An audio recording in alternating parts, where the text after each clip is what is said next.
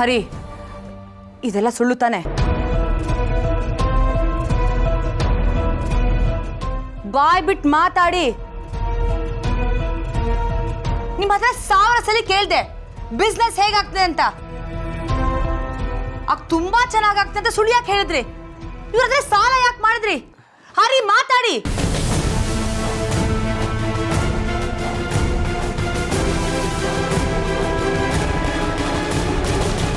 ಹರೀಶ, ಏನಾಯ್ತಪ್ಪ?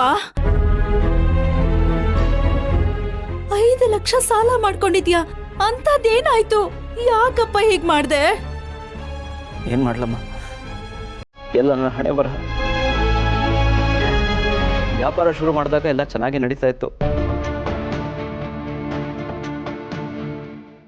ಆಮೇಲೆ ಒಂದಿನ ಯಾರೋ ಒಬ್ಬ ಬಂದ, ನಾನು ಒಂದು ಕಂಪನಿ ಶುರು ಮಾಡ್ತಾ ಇದೀನಿ, ಅದಕ್ಕೆ ಫರ್ನಿಚರ್ಸ್ ಎಲ್ಲ ಬೇಕು ಅಂತ ಹೇಳ್ದ.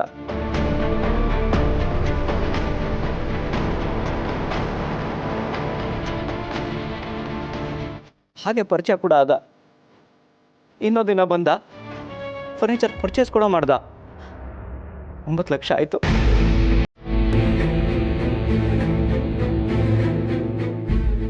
ಕ್ಯಾಶ್ ಇಲ್ಲ, ಚೆಕ್ ಕೊಟ್ರೆ ಓಕೆನಾ ಅಂತ ಕೇಳ್ದ. ನಾನು ಹ್ಞೂ ಅಂತ ಒಪ್ಕೊಂಡೆ.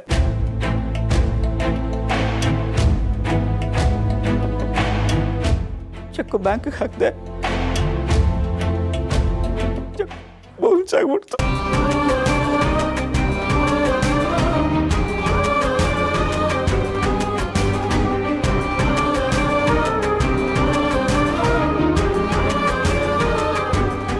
ಆಮೇಲೆ ಬ್ಯಾಂಕಲ್ಲಿ ವಿಚಾರಿಸಿದ್ರೆ ಅಕೌಂಟೇ ಇಲ್ಲ, ಅದ್ಯಾವುದೋ ಫೇಕ್ ಅಕೌಂಟು, ನಿಮ್ಗೆ ಯಾರೋ ಮೋಸ ಮಾಡಿದ್ದಾರೆ ಅಂತ ಹೇಳ್ಬಿಟ್ಟು.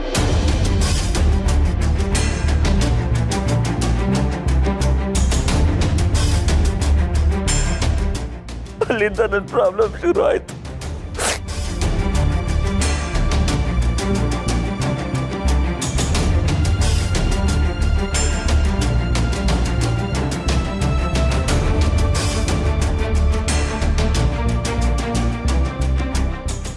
ಏನಪ್ಪ ಹರೀಶ, ಇಷ್ಟು ದೊಡ್ಡ ಸಮಸ್ಯೆನ ಮುಚ್ಚಿಟ್ಕೊಂಡು ತೊಂದರೆನ ತಲೆ ಮೇಲೆ ಎಳ್ಕೊಂಡಿದ್ಯಲ್ಲೋ? ಈ ಮಾತನ್ನ ನಮಗೆ ಯಾಕೆ ಮೊದಲೇ ಹೇಳಲಿಲ್ಲ? ಏನಂತ ಹೇಳಪ್ಪ, ಏನಂತ ಹೇಳಿ? ಜೀವನದಲ್ಲಿ ಏನೋ ಸಾಧನೆ ಮಾಡ್ತೀನಿ ಅಂತ ಯಾರು ನಂಬಿ ಮೋಸ ಹೋದೆ ಅಂತ ಹೇಳ? ಇಲ್ಲ, ಇವನೇನೋ ಒಂದು ಕೆಲಸ ಮಾಡ್ಕೊಂಡಿದ್ದಾನೆ ಅಂತ ನೀವೆಲ್ಲ ಸಮಾಧಾನ ಪಟ್ಕೊಂಡಿರುವಾಗ ಬಾಡಿಗೆ ಕಟ್ಟಕ್ಕೂ ದುಡ್ಡಿಲ್ಲದೆ ಒದ್ದಾಡ್ತಾ ಇದೀನಿ ಅಂತ ಹೇಳ? ಏನು ಹೇಳಿ? ಪರಿಸ್ಥಿತಿ ಇಲ್ಲಿ ತನಕ ಬಂದು ನಿಂತಿದೆ. ಇದನ್ನೆಲ್ಲ ನಿಮ್ಮ ಹತ್ರ ಹೇಳ್ಕೊಳಕ್ಕಾಗದೆ, ನಿಮ್ಮನ್ನು ಫೇಸ್ ಮಾಡೋಕ್ಕಾಗದೆ ಈ ವಿಷಯ ಮುಚ್ಚಿಟ್ಟೆ ಅಷ್ಟೆ.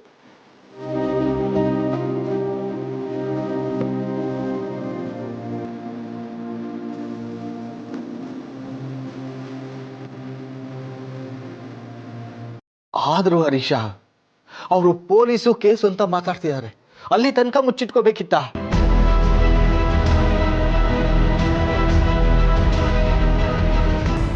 ಏನ್ ಮಾಡ್ಲಪ್ಪ, ಇವಾಗ ಏನ್ ಮಾಡ್ಲಿ ಹೇಳಿ? ಬಾಡಿಗೆ ಕಟ್ಟಕ್ಕೆ ದುಡ್ಡಿಲ್ಲ ಅಂತ ಪ್ರತಿ ತಿಂಗಳು ಸಾಲ ಮಾಡ್ತಾ ಹೋದೆ. ಅದಿಲ್ಲಿ ತನಕ ಬರುತ್ತೆ ಅಂತ ನನಗೇನು ಗೊತ್ತಿತ್ತು?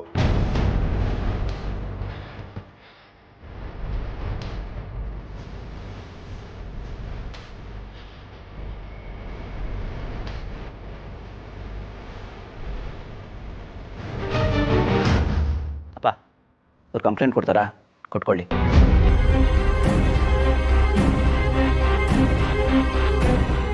ನಾನು ಜೈಲಿಗೆ ಹೋಗ್ಬೇಕಾ? ಹೋಗ್ತೀನಿ. ಹೇಗಿದ್ರು ಎಲ್ಲೇ ಇದ್ರು ನಾನು ಒಂದೇ ಅಲ್ವಾ?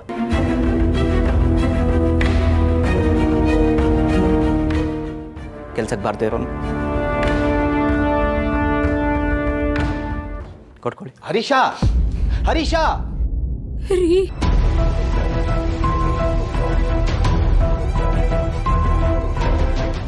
ಏನ್ರಿ ಇವನು ಹೀಗೆಲ್ಲ ಮಾತಾಡ್ತಿದ್ದಾನೆ?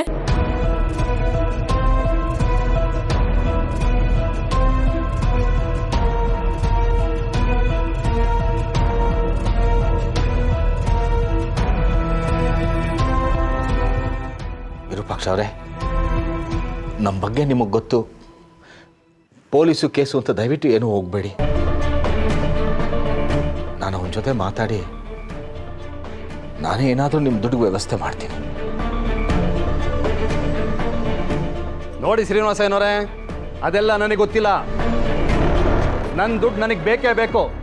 ನಿಮ್ಮ ಮಗ ಏನಾದರೂ ನನಗೆ ಮೋಸ ಮಾಡೋದಕ್ಕೆ ಬಂದರೆ ಅವನನ್ನ ಗ್ಯಾರಂಟಿ ಜೈಲಿಗೆ ಕಳಿಸ್ತೇನೆ. ನಾನು ದುಡ್ಡು ಕೊಡ್ಲಿಲ್ಲ ಅಂದ್ರೆ ಹುಷಾರ್.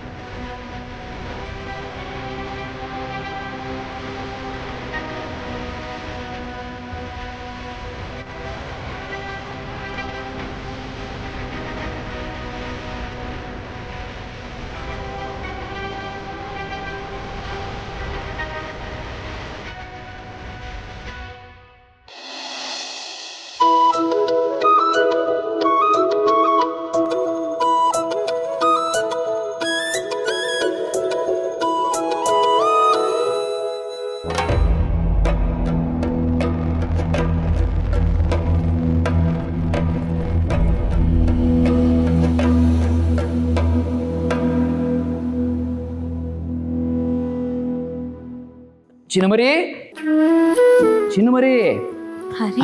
ನಾನು ಆಫೀಸಿಗೆ ಹೊರಟೆ. ಸರಿ, ಹೋಗಿ ಬನ್ನಿ. ಹುಷಾರು. ನಾನು ಹುಷಾರಾಗಿರ್ತೀನಿ ಚಿನ್ನಮರಿ. ನೀವು ಜೋಪಾನ. ಮನೆಯಿಂದ ಹೊರಗೆಲ್ಲ ಹೋಗಕ್ಕೆ ಹೋಗಬೇಡಿ. ನೋಡಿ, ಚನ್ನಪಟ್ಟಣದ ಗೊಂಬೆ ಇದ್ದಂಗಿದ್ದೀರಿ. ನಿಮ್ಮನ್ನು ಹೀಗೆ ನೋಡೋಕ್ಕೆ ನನಗೆ ಎಷ್ಟು ಖುಷಿ ಆಗುತ್ತೆ ಗೊತ್ತಾ?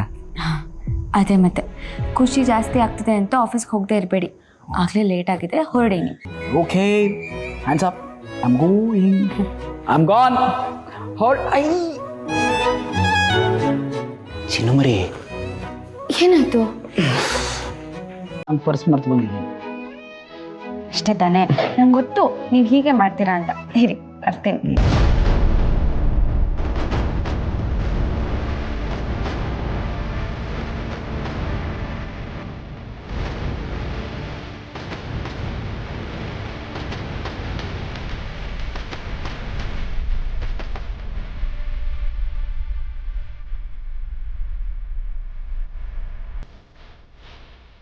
Thank you ಚಿನ್ನಮರಿ. ಸರ್, ಬರ್ತೀನಿ.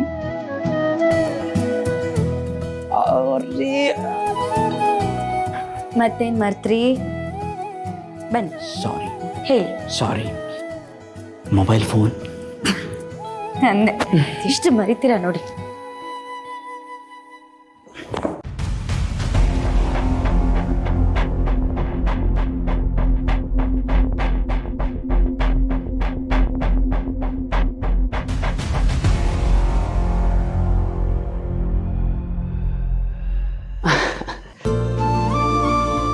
ಸರಿ, ನಾನು ಹೋಗಿ ಬರ್ತೀನಿ. ಆಮೇಲೆ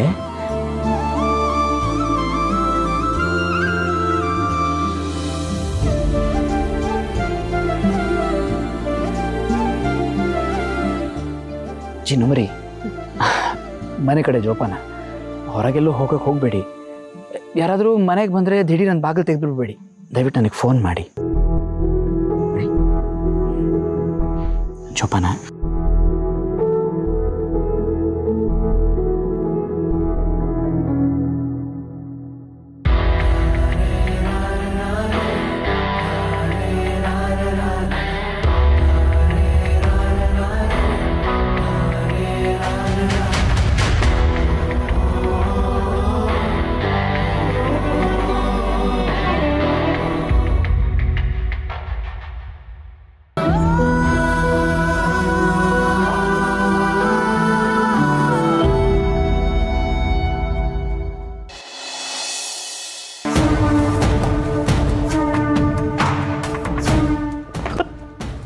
ಏನು ನಾಳಾದ ಎಲೆಕ್ಷನ್ ಏನೋ? ಯಾಕ್ರಿ, ಯಾಕೆ ಇಷ್ಟೊಂದು ಕೋಪ ಮಾಡ್ಕೊಂಡಿದ್ದೀರಾ?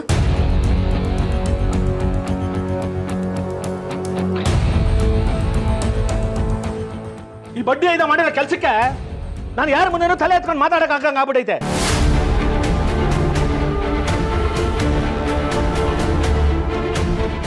ಎತ್ತ ಹೋದ್ರು ಅವನ ಹೆಸರು ಹೇಳ್ತಾರೆ. ಜವರೇಗೌಡ್ರೆ, ನಿಮ್ ಕಿರಿ ಮಗ ಸಿದ್ದೇಗೌಡ ಮದುವೆ ಮಾಡ್ಕೊಂಡವನಲ್ಲ, ಅವ್ರ ಮನೆಯಲ್ಲ ನಮಗೆ ಚೆನ್ನಾಗಿ ಗೊತ್ತು, ನಮ್ಮ ಹೋಟೆಲ್ ನಿಮಗೆ ಹಾಕ್ತೀವಿ ಅಂತ ಅವ್ರೆ.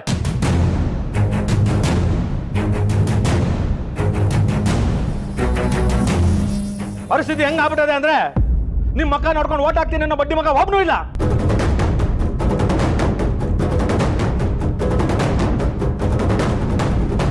ನಾವು ಅವ್ರ ಹೆಸರಿಗೆ ಹೇಳ್ಕೊಂಡು ಓಟ್ ಕೇಳೋ ಪರಿಸ್ಥಿತಿ ಬಂದ್ಬಿಟ್ಟೈತೆ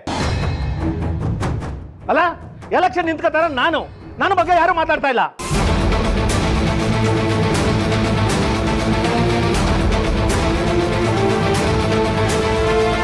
ಎಲ್ಲ ಗಣಂದಾರಿ ಕೆಲಸ ಮಾಡಿರೋರ ಬಗ್ಗೆ ಮಾತಾಡ್ತಾವ್ರೆ. ಸೇರಿಕೆ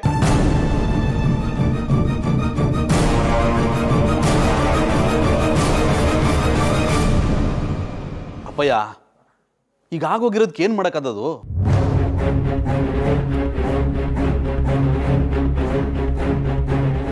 ನಾವೀಗ ಎಲೆಕ್ಷನಲ್ಲಿ ಗೆಲ್ಲೋದಷ್ಟೇ ತಾನೇ ಮುಖ್ಯ. ಅಲ್ಲಿ ಗಂಟ ಬಸಿ ನೀವು ತಾಳ್ಮೆ ತಗೊಳ್ಳಿ. ನಿಲ್ಸ್ಲ ಸಾಕು, ಮುಚ್ಲ ಬಾಯ. ಅದೆಷ್ಟು ಮಾತಾಡ್ತೀಯ? ಜನ ಆಡ್ತಾ ಇರೋದಕ್ಕೆ ನನಗೆ ಅವಮಾನ ತಡ್ಕೊಳಕ್ ಆಗ್ತಾ ಇಲ್ಲ. ನನಗೆ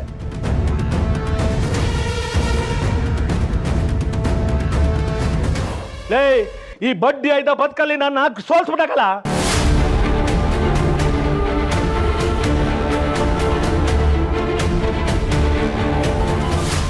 ನೀನೇನಪ್ಪ ಅಂದ್ರೆ ಎಲೆಕ್ಷನ್ ಗೆಲ್ಲದ್ರ ಬಗ್ಗೆ ಮಾತಾಡ್ತಾ ಇದ್ಯಾ?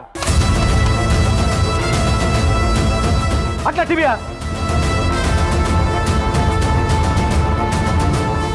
ಇವತ್ತು ಕ್ಯಾನ್ವಾಸ್ಗೆ ಬಂದಿದ್ದ ಜವರೇಗೌಡರ ಜೊತೆ ಮತದಾರರ ಮಾತುಕತೆ.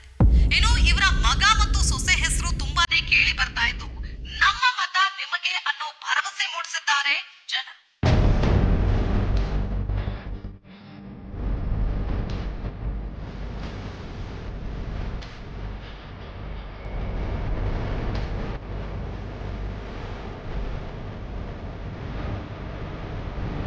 ಜವರೇಗೌಡರ ಮನೆ ವಿಚಾರ ಇದೀಗ ಜಗಜ್ಜಾಹೀರಾಗಿದೆ. ಕೌಟುಂಬಿಕ ಕಲಹ ಅವರ ರಾಜಕೀಯ ಭವಿಷ್ಯವನ್ನ ನಿರ್ಧಾರ ಮಾಡುತ್ತಾ ಅಥವಾ ಯಾವ ಪರಿಣಾಮವನ್ನ ಬೀರುತ್ತೆ?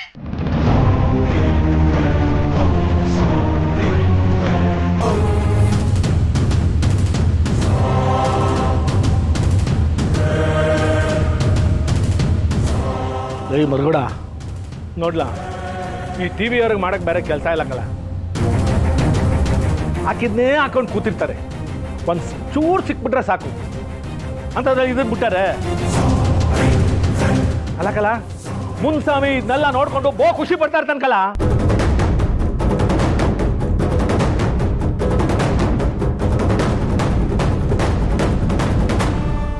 ಇಲ್ಲ ಅಂದ್ರೆ ಅವನೇ ದುಡ್ಡು ಕೊಟ್ಟು ಇದನ್ನೆಲ್ಲ ಹಾಕ್ಸಿರ್ತಾನೆ. ಎಂತ ಪರಿಸ್ಥಿತಿ ಬಂದ್ಬಿಡ್ತು ನನಗೆ ನೋಡು ಈ ಬಡ್ಡಿ ಐತನಿಂದ.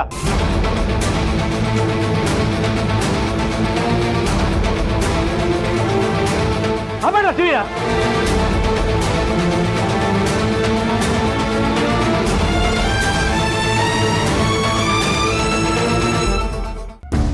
ಮಾವ, ಇಷ್ಟೆಲ್ಲ ಆಗ್ತಿದೆ, ಬೇಗ ಬೇಗ ಸಿದ್ದುನ ಮನೆಯಿಂದ ಈಚೆ ಹಾಕಿ ಮಾವ. ಆಗ ನಿಮಗೆಲ್ಲ ಒಳ್ಳೆಯದೇ ಆಗುತ್ತೆ.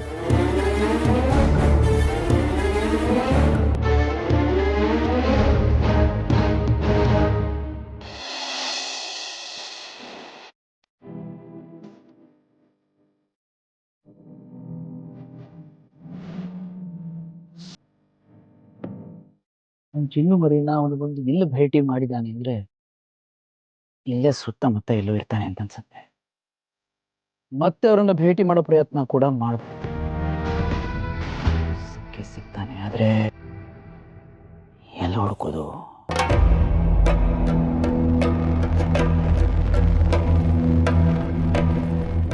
ಎಕ್ಸ್ಕ್ಯೂಸ್ ಮೀ, ಈ ವ್ಯಕ್ತಿನ ಇಲ್ಲೆಲ್ಲಾದ್ರೂ ನೋಡಿದ್ದೀರಾ?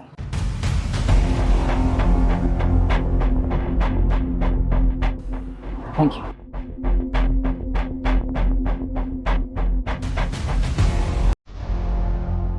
ತಾತ, ಈ ವ್ಯಕ್ತಿನ ಇಲ್ಲೆಲ್ಲಾದ್ರೂ ನೋಡಿದ್ದೀರಾ?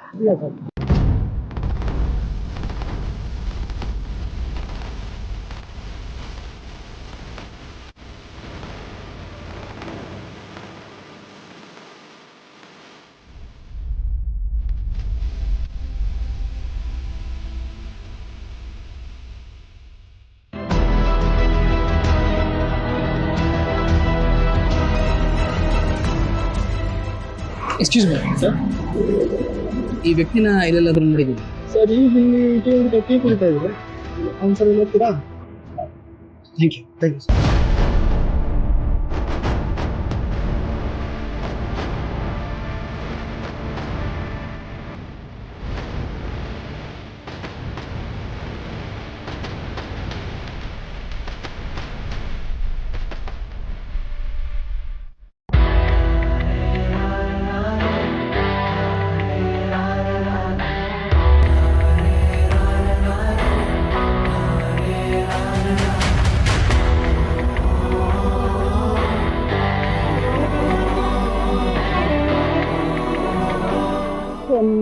ಮುಚ್ಚೆ ಕಾಡೆಗೂಡೆ ಉದ್ದಿನ ಮೂಟೆ.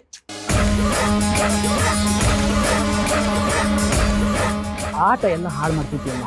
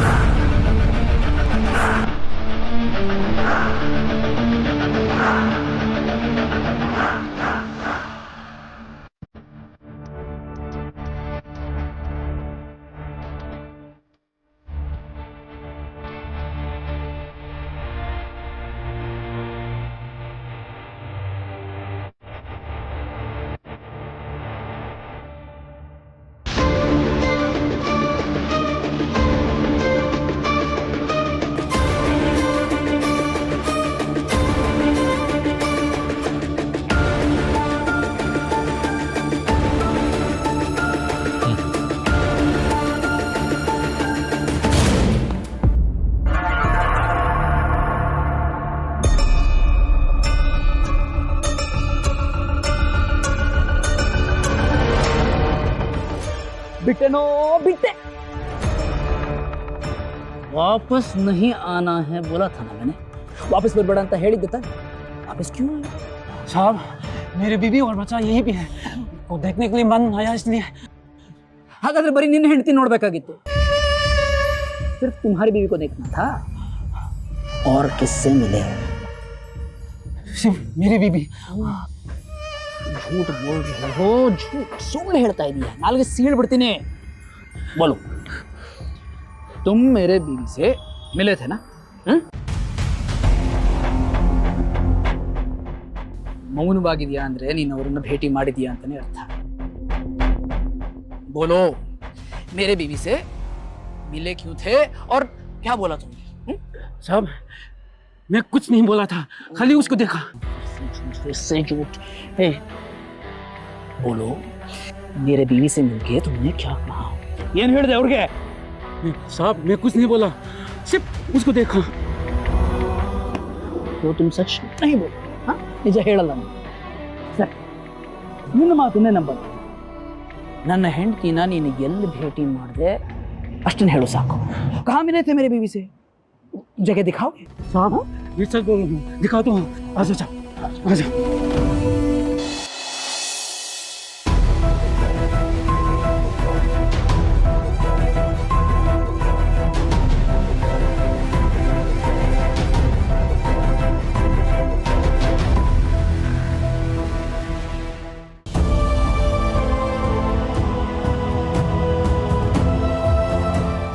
ಸೆಕ್ಯೂರಿಟಿನಾ?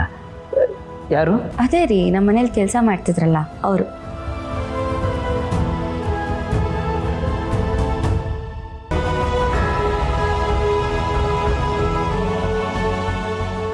ಅವ್ರು ನಿಮ್ಗೆ ಸಿಕ್ಕಿದ್ರಲ್ಲ, ಏನಾದರೂ ಹೇಳಿದ್ರಾ?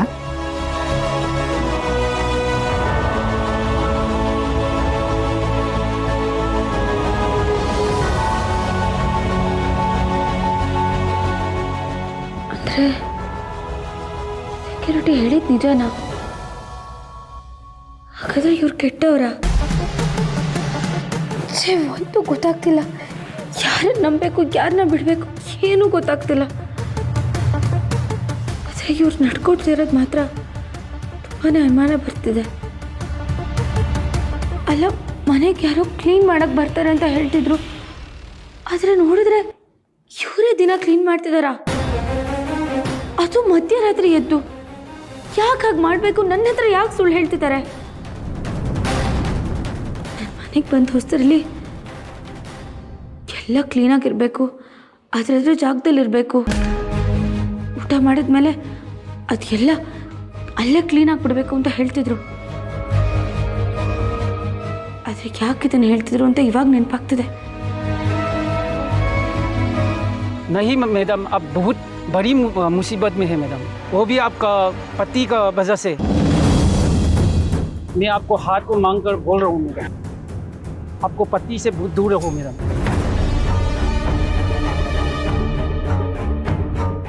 ಅಂದರೆ ಇದನ್ನೆಲ್ಲ ನೋಡ್ತಿದ್ರೆ ಅವ್ರಿಗೇನೋ ಪ್ರಾಬ್ಲಮ್ ಇದೆ ಅನ್ನಿಸ್ತಿದೆ. ಆದರೆ ಇದ್ರ ಬಗ್ಗೆ ಹೇಗೆ ತಿಳ್ಕೊಳ್ಳೋದು?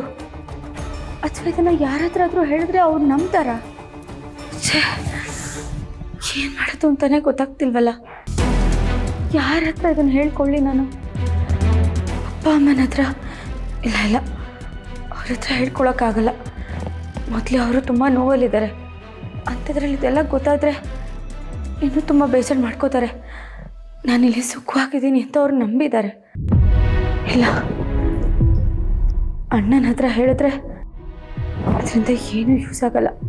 ಅಕ್ಕನ ಹತ್ರ ಹೇಳೋಣ ಅಂದರೆ ಅವಳೇ ಸಾವಿರ ಪ್ರಾಬ್ಲಮ್ಸಲ್ಲಿದ್ದಾಳೆ. ಏನು ಮಾಡಲಿ? ಯಾರ ಹತ್ರ ಹೇಳ್ಕೊಳ್ಳಿ?